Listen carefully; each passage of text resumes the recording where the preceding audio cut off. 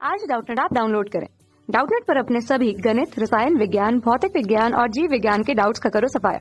बस प्रश्न की फोटो खींचो, एक ही प्रश्न को क्रॉप करो और तुरंत वीडियो सोल्यूशन पाओ। अभी डाउनलोड करें। प्यारे छात्रों, हमारा प्रश्न है कि ज्ञात कीजिए कि 4 विद्यार्थियों में 3 पारितोषिक कितने प्रकार से वितरित किए जा सकते हैं यदि एक विद्यार्थी केवल एक ही पारितोषिक प्राप्त कर सकता है।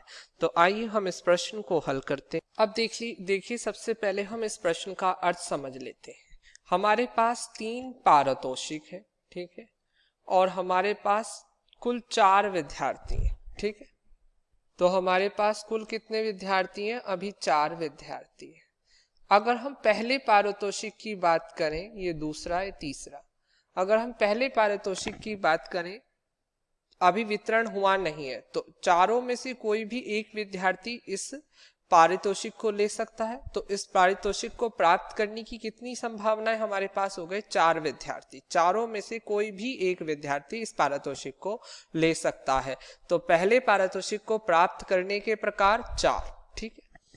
अब देखिए क्या हुआ, इस विद्यार्थी को हमने जब ये पुरस्कार दे दिया, ठीक है, तो अब हमारे पास कितने विद्यार्थी बचे? अब हमारे पास बचे 3। तो दूसरे पुरस्कार को प्राप्त करने के प्रकार कितने हो जाएंगे? 3। तीनों में से कोई भी एक विद्यार्थी इस पुरस्कार को प्राप्त कर लेगा। अब जब इसमें से एक विद्यार्थी ने इस पुरस्कार को प्राप्त कर लिया, तो हमारे पास अब कितने विद्यार्थी बचे? 2। अब तीसरे पुरस्कार को प्राप्त करने के प्रकार कितने हो गए? 2, क्योंकि हमारे पास अब कितने विद्यार्थी बच रहे हैं? 2। तो इन दोनों में से कोई भी एक विद्यार्थी इस तीसरे पुरस्कार को प्राप्त कर सकता है। तो तीसरे पारितोषिक को प्राप्त करने के प्रकार 2 हो गए। तो इस प्रकार हम क्या कह सकते हैं? पहले पारितोषिक को प्राप्त करने के कुल प्रकार 4, दूसरे पारितोषिक को प्राप्त करने के कुल प्रकार 3 और तीसरे पारितोषिक को प्राप्त करने के कुल प्रकार 2।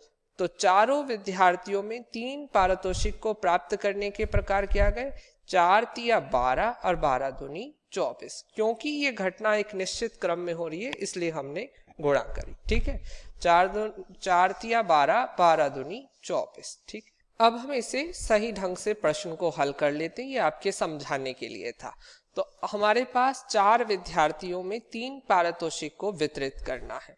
तो हम पहले लिखेंगे चारों विद्यार्थियों में पहले पारितोषिक को वितरित करने के प्रकार कितने हैं? 4, ठीक है। चारों विद्यार्थियों में से कोई भी एक विद्यार्थी पहला पारितोषिक प्राप्त कर सकता है।